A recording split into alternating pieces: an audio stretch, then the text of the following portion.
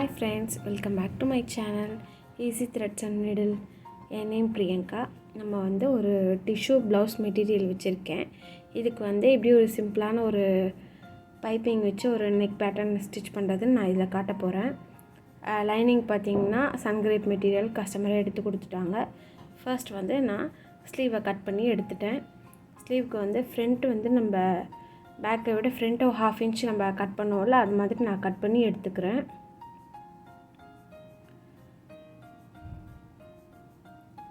Cut பண்ணி முடிச்சிட்டேன்.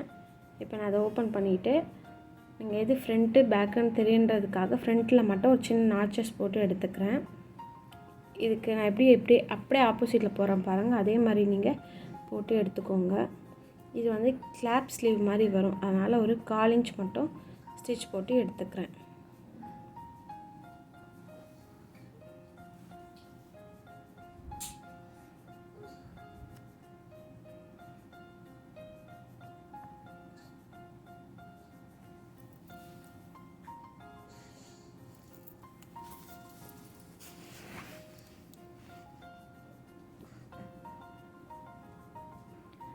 இப்போ நான் அங்கங்கே ஒரு நாச்சஸ் போட்டுட்டு அதை அப்படியே மடித்து ஒரு ஸ்டிச் போட்டு எடுத்துக்கிறேன். தைக்கும்போது பாருங்கள் கரெக்டாக 2 ஈவனாக இருக்கான்னு பார்த்துட்டு கொஞ்சம் கொஞ்சமாக அட்ஜஸ்ட் பண்ணி விட்டு தையுங்க.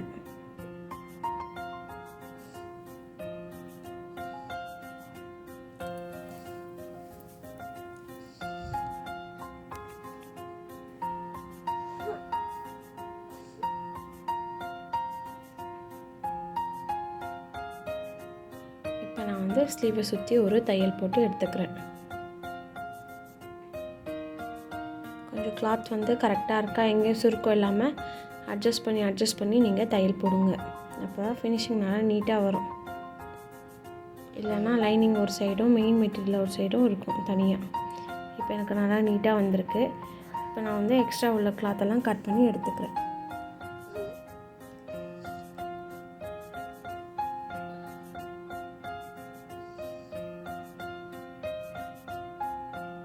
எக்ஸ்ட்ராவில் கிளாத்லாம் கட் பண்ணி எடுத்துட்டேன். இப்போ ஸ்லீவ் வச்சு பார்க்குறேன், எனக்கு நல்லா நீட்டாக வந்திருக்கு. இதே மாதிரி இன்னொரு ஸ்லீவும் நான் முடித்து வச்சுட்டேன். இப்போ பேக் பார்ட் ஸ்டிச் பண்ணுறதுக்கு நான் பேப்பர் கேன்வாஸ் எடுத்திருக்கேன். பேப்பர் கேன்வாஸ் ஹைட் பார்த்திங்கன்னா ஒரு 12.5 கிட்ட எடுத்திருக்கேன். இப்போ பேக் ஓப்பன் நான் ஸ்டிச் பண்ண போகிறதுனால 1/2 inch சேர்த்து 5 எடுத்துக்கிறேன். வித்து ஹைட் பார்த்திங்கன்னா எனக்கு 11.5 கிட்ட தேவைப்படுது. மேலே போட் மாதிரி வச்சுட்டு கீழே ஒரு லீஃப் மாதிரியான ஒரு டிசைன் பண்ண போகிறேன். அதுக்கு நான் மார்க் பண்ணி எடுத்துக்கிறேன். இப்போ நான் கீழே சென்ட்ரு பார்த்து மார்க் பண்ணிவிட்டு நான் நார்மலாக ஒரு 1.5 inch அகலம் வைப்பேன். இப்போ நான் பேக் ஓப்பன்றதுனால ஒரு 1/2 inch சேர்த்து 2 வச்சுட்டு இந்த போட் ஷேப்பில் நான் ஒரு சிம்பிளாக ட்ரா பண்ணி எடுத்துக்கிறேன். இப்போ கீழே இந்த நெக் பேட்டர்னையும் நான் ட்ரா பண்ணி எடுத்துக்கிறேன்.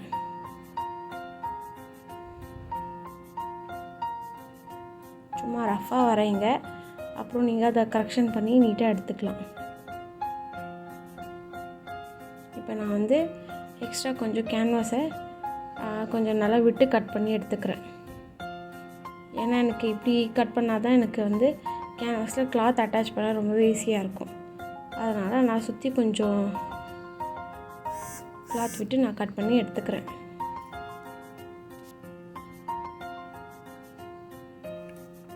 இப்போ நான் பேக் சைடை திருப்பி அதை ட்ரேசிங் பண்ணி எடுத்துக்கிறேன்.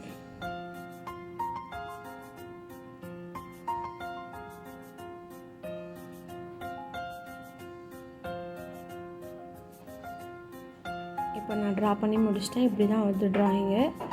இப்போ நான் லைனிங் மெட்டீரியல் எடுத்து அட்டாச் பண்ணி வச்சுருக்கேன். அதில் இந்த கிளாத்தை வச்சு ஒரு சுற்றி ஒரு 1/4 inch ஒரு தையல் போட்டு எடுத்துக்கிறேன் ஃபுல்லாக.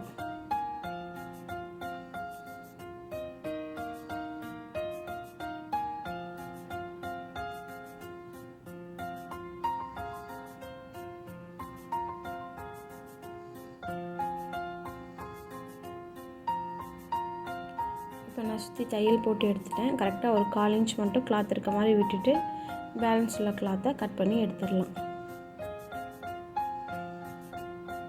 அவ்வளோதான், கட் பண்ணி முடிச்சிட்டேன். இப்போ எங்கெல்லாம் கர்வாக வருதோ அங்கே மட்டும் நான் குட்டி குட்டி நாச்சஸ் போட்டு எடுத்துகிட்டு அந்த 1/4 இன்ச் கிளாத் விட்டுருந்தோம்ல அதை அப்படியே கேன்வாஸில் திருப்பி ஒரு தையல் ஒன்று போட்டுக்கிறேன். வழக்கம் போல் எனக்கு நூல் வந்துருச்சு வெளியே. நான் மறுபடியும் அதை நூல் கோத்துட்டு தைக்க ஆரம்பிச்சிடுறேன். எனக்கு மட்டும்தான் இப்படி அடிக்கடிக்கு நூல் வெளியே வந்துகிட்டே இருக்குமா, இல்லை எல்லாருக்குமே அப்படியான்னு தெரிஞ்சவங்க கமெண்ட்ஸில் எனக்கு சொல்லுங்கள். ஏன்னா எனக்கு ரொம்பவே நூல் கட் ஆகிட்டே இருக்கும். இப்போ வந்து நான் ஃபுல்லாக முடிச்சிட்டேன். இப்போ மறுபடியும் நூல் கட் ஆகிடுச்சு. இப்போ நான் வந்து அந்த ட்ரா பண்ணது மேலேயே வந்து ஒரு தையல் போட்டு எடுத்துக்கிறேன். ஏன்னா அதை போடுறேன்னா நம்ம வந்து பைப்பிங் வைக்க போகிறோம். அதை நீங்கள் ஒரு ஸ்டிச்சஸ் போட்டிங்கன்னா அதுக்கு மேலேயே நம்ம பைப்பிங் வைக்கிறதுக்கு ஈஸியாக இருக்கும். அதனால் ஒரு தையல் வந்து அதுக்கு மேலே கரெக்டாக வச்சு நான் போட்டு எடுத்துக்கிறேன்.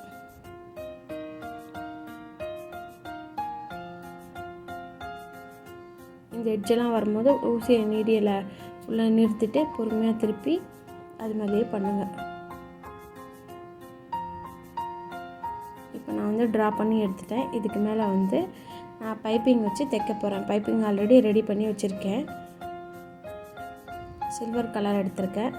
இப்போ நான் வந்து என்னோடய ஃபூட்டரை நான் சேஞ்ச் பண்ணி எடுத்துக்கிறேன். சிங்கிள் கைடு மாற்றிட்டு இப்போ வந்து அந்த ஸ்டிச்சஸ் மேலேயே நம்ம இந்த பைப்பிங்கோட ஸ்டிச்சஸும் அந்த கீழே இருக்க ஸ்டிச்சஸும் ரெண்டும் ஒரே இடத்துல மீட் பண்ணுற மாதிரி நம்ம பொறுமையாக தைக்க போகிறோம். எப்போவுமே தைக்கும் போது எக்ஸ்பீரியன்ஸ் ஆனவங்க ஸ்பீடாக தைப்பாங்க. நார்மலாக வந்து பொறுமையாக தைச்சாலே போதும். என்ன கேட்டிங்கன்னா ஸ்பீடாக தைச்சி நம்ம ஒன்றும் பண்ண போகிறதில்ல. அதனால் பொறுமையாகவே பிக்னஸாக இருக்கும் போது பொறுமையாகவே தைச்சி பழகுங்க. இது வரல அது வரலான்னு சொல்லாமல் நீங்கள் எந்த அளவுக்கு நீங்கள் ப்ராக்டிஸ் பண்ணுறீங்களோ அந்த அளவுக்கு உங்களுக்கு பர்ஃபெக்ஷன் வரும்.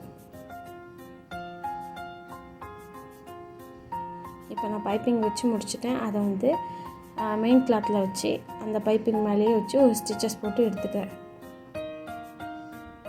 கீழே லைனிங் வச்சுருக்கேன், மேலே மெயின் மெட்டீரியல் வச்சுருக்கேன்.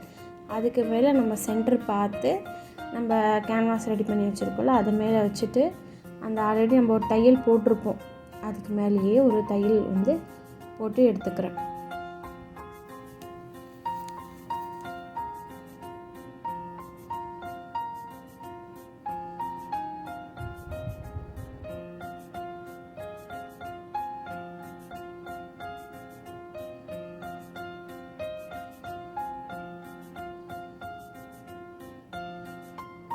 இப்போ நான் வந்து ஸ்டிச் போட்டு எடுத்துட்டேன். இப்போ நான் வந்து ஒரு வாட்டி கரெக்டாக இருக்கேன், கிளாத்லாம் சுருக்கம் இல்லாமல் இருக்கான்னு பார்த்து செக் பண்ணிவிட்டு அந்த பின்னெல்லாம் ரிமூவ் பண்ணிவிட்டு இப்போ நான் வந்து ஒரு 1/4 இன்ச் மட்டும் கிளாத்தை விட்டுட்டு பேலன்ஸ் உள்ளது எல்லாமே கட் பண்ணி எடுக்க போகிறேன். அதுக்கு முன்னாடி ஒரு வாட்டி கிராஸ் செக் பண்ணிக்கிட்டேன். எங்கன்னா எனக்கு பைப்பிங் கரெக்டாக நீட்டாக வந்திருக்கா ஃபினிஷிங்லாம் அதெல்லாம் செக் பண்ணிவிட்டு நான் ஒரு 1/4 இன்ச் மட்டும் கிளாத் விட்டுட்டு பேலன்ஸ் எல்லாத்தையும் கட் பண்ணி எடுத்துக்கிட்டேன். இப்போ எடுத்ததுக்கப்புறம் நான் வந்து அந்த பைப்பிங்கை வந்து ஒரு படிமான தையல் போட்டால் இன்னும் ஃபினிஷிங் நல்லா நீட்டாக வரும். அதுக்காக அந்த ஆல்ரெடி நமக்கு அந்த பைப்பிங்க்கும் மெயின் மெட்டீரியலுக்கும் இடையில ஒரு ஸ்டிச்சஸ் அந்த இடம் தெரியும் உங்களுக்கு. அதுக்கு மேலேயே ஒரு ஸ்டிச்சஸ் போட்டு எடுத்துக்கோங்க. இப்போ நான் போட்டு முடிச்சிட்டேன். இப்போ கேன்வாஸை வந்து நான் லைனிங்கோட வச்சு அட்டாச் பண்ண போகிறேன். ஏன்னா இப்போ நான் தைக்கும் போது எனக்கு டிஸ்டர்பன்ஸாக இருக்கும். அதனால் நான் தையல் வந்து பெரிய தையல் வச்சுட்டு ஒரு சிம்பிளாக ஒரு ஸ்டிச் மட்டும் போட்டு எடுத்துக்கிறேன். எடுத்துகிட்டு நம்ம இதே நம்ம வேறு துணியாக இருந்தால் நம்ம வந்து ஹெம்மிங் பண்ண தேவையில்லை. ஆனால் இது வந்து டிஷ்யூ கிளாத்துன்றதுனால நம்ம வெளியே கண்டிப்பாக தெரியும். அதனால் நம்ம ஹூக் கையெல்லாம் கட்டும் போது இதுக்கு வந்து ஒரு ஹெம்மிங் பண்ணிவிட்டு நம்ம போட்ட தையலை பிரித்து விட்டுடலாம். இப்போ நான் வந்து துணியெல்லாம் அட்ஜஸ்ட் பண்ணிவிட்டு இந்த மெயின் கிளாத்தையும் லைனிங்கும் வச்சு சேர்த்து ஒரு 1/4 இன்ச்சில் ஒரு தையல் போட்டு எடுத்துக்கிறேன். தைக்கும் போது துணியெல்லாம் கரெக்டாக ப்ராப்பராக அதுக்கான இடத்துல இருக்கான்னு பார்த்துட்டு ஒரு தையல் போட்டு எடுத்துக்கோங்க.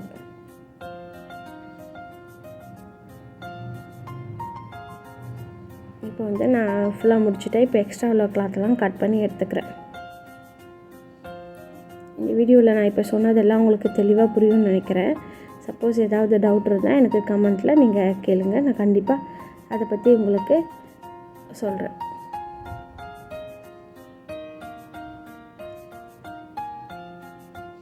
நம்ம வீடியோ உங்களுக்கு பிடிச்சிருந்தா உங்கள் ஃப்ரெண்ட்ஸ் யாருன்னா உங்களுக்கு தெரிஞ்சவங்களுக்கு ஷேர் பண்ணுங்கள். வீடியோ பிடிச்சிருந்தா லைக் பண்ணுங்கள், சப்ஸ்கிரைப் பண்ணுங்கள்.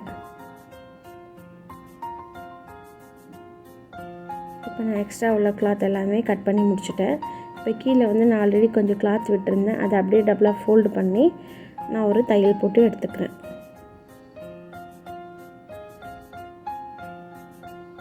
இந்த கிளாத் வந்து எனக்கு எதுவும் குத்துற மாதிரி தெரியல, சாஃப்டாக தான் இருந்துச்சு.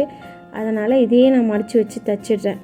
இதே உங்களுக்கு குத்துற மாதிரி ரொம்ப மாதிரி ஹார்டாக இருந்துச்சுன்னா நீங்கள் வந்து எக்ஸ்ட்ரா ஒரு பீஸ் கொடுத்து அதை திருப்பி தைச்சிருங்க. எனக்கு இது மெட்டீரியல் வந்து சாஃப்டாக இருக்கிறதுனால நான் அதையே மடித்து உள்ளே வச்சு தைச்சிடுறேன். நான் தைச்சி முடிச்சிட்டேன். இப்போ வந்து நான் சென்டர் டாட் பிடிக்க போகிறேன். இப்போ நான் சென்டர் மார்க் பண்ணிவிட்டு அதுலேருந்து கரெக்டாக 5 இன்ச் தள்ளி ஒரு மார்க்கும், இந்த சைடும் தள்ளிவிட்டு இந்த சைடும் ஒரு மார்க் பண்ணிவிட்டு அதை வந்து டபுளாக ஃபோல்டு பண்ணி ஹைட்டு பார்த்திங்கன்னா 4.5 இருக்கணும்.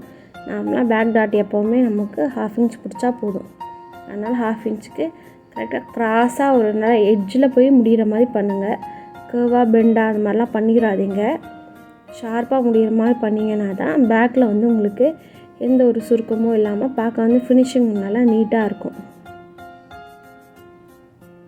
இப்போ அதே மாதிரி ஆப்போசிட் சைட்லேயும் நான் ஒரு 4.5க்கு ஒரு டாட் பிடிச்சிக்கிறேன்.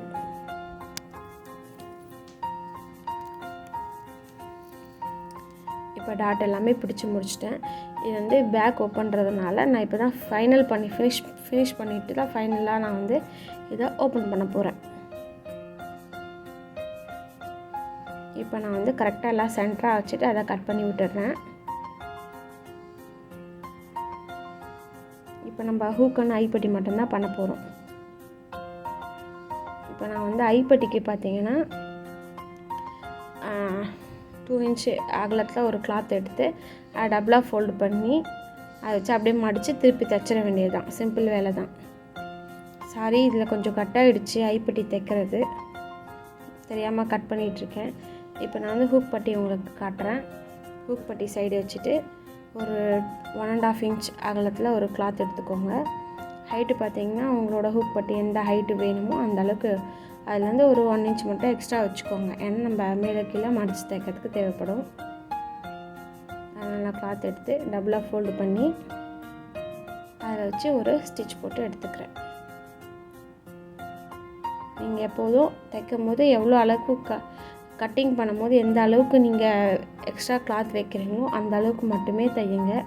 நீங்கள் அதிகமாக தைச்சாலும் பிரச்சனை வந்துடும், கம்மியாக தைச்சாலும் பிரச்சனை வந்துடும். அதனால் எவ்வளோ விடுறீங்களோ அந்த அளவுக்கு மட்டும் நீங்கள் தையுங்க.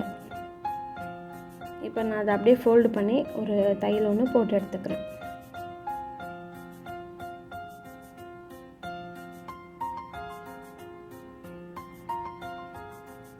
இதில் எண்டெல்லாம் தைக்கும் போது நீட்டாக வருதான்னு ஒன்றுக்கு 2 வாட்டி பார்த்துட்டு அப்புறம் மடித்து தையுங்க. இதை நம்ம தப்பாக தைச்சிட்டு அதை பிரித்து தைக்கிறதுக்கு பதிலாக தைக்கும் போதே பொறுமையாக நிதானமாக கரெக்டாக இருக்கான்னு செக் பண்ணி பார்த்துட்டு தைக்கலாம். தப்பு ஒன்றுமே கிடையாது. இப்போ நான் ஃபினிஷ் பண்ணிட்டேன். நம்ம ப்ளவுஸோட அவுட்புட் உங்களுக்கு இப்போ காட்டுறேன். இதுதான் நம்ம ப்ளவுஸ் ஃபினிஷ் பண்ணோன்னே இப்படி தான் இருக்குது. பிடிச்சிருந்தால் லைக் பண்ணுங்கள். தேங்க்ஸ் ஃபார் வாட்சிங்.